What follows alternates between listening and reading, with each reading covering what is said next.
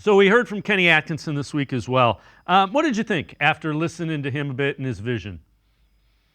I think he's the guy for the job for this team. He is a great fit. And the way that he got acclimated as soon as he got the job, right? He was in France with the French national team, took a flight, took a call from Kobe Altman during practice to take this job, then flew back to be in the war room to draft Jalen Tyson, then went to Los Angeles to meet up with Donovan Mitchell and participate in the Spider Elite Camp, which he also got to meet Evan Mobley, Isaiah Mobley, who are also on this team. And then he came back to do his introductory press conference in Cleveland. He has gotten started and gotten on a roll, but you also realize that he has the potential and also the resume to get the job done when it comes to player development with Evan Mobley and Darius Garland. But you also know that he has been an assistant coach under some of the best coaches in the NBA. When he was a former head coach at Brooklyn with the Brooklyn Nets, he said that he had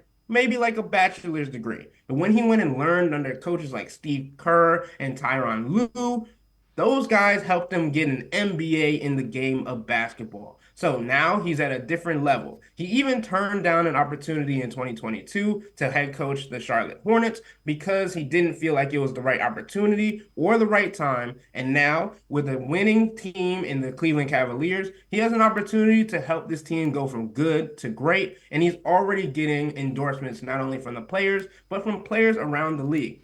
Players on the Golden State Warriors like Draymond Green and others reached out to players and executives of the Cleveland Cavaliers to reach out and say how good of a decision it was to go and get Kenny Atkinson because he's been around and he's seen and learned how to deal with star players like Stephen Curry, Draymond Green, Kawhi Leonard, Paul George, you name it.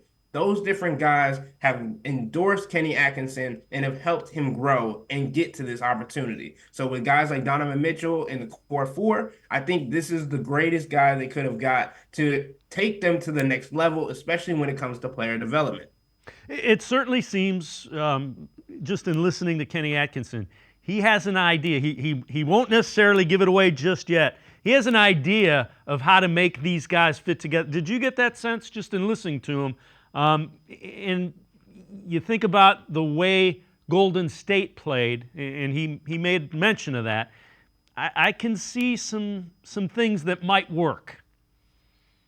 100%. I mean, you learn and you listen to what he talks about running in space, getting active early on in transition, shooting threes. And that's something that the Cavs began doing at the end of last season that showcased itself and showed that they could get their way to the Eastern Conference semifinals for the first time without LeBron James since 1993, right? So this is now a guy who has been around teams that have had two non-shooting bigs in Kevon Looney and Draymond Green, and he's been able to figure out a way to get those guys still acclimated into the offense, but also helping the guys around them be successful. Sure, it helps when you have shooters like Stephen Curry and Klay Thompson, but the Cavs have guys that can shoot at a high clip as well, with Donovan Mitchell and Darius Garland and Max Strus and other guys, especially on the bench. That's the other thing that he mentioned is that he's going to have a longer list of players that are going to get opportunities this season than someone like JB Bickerstaff had this past year.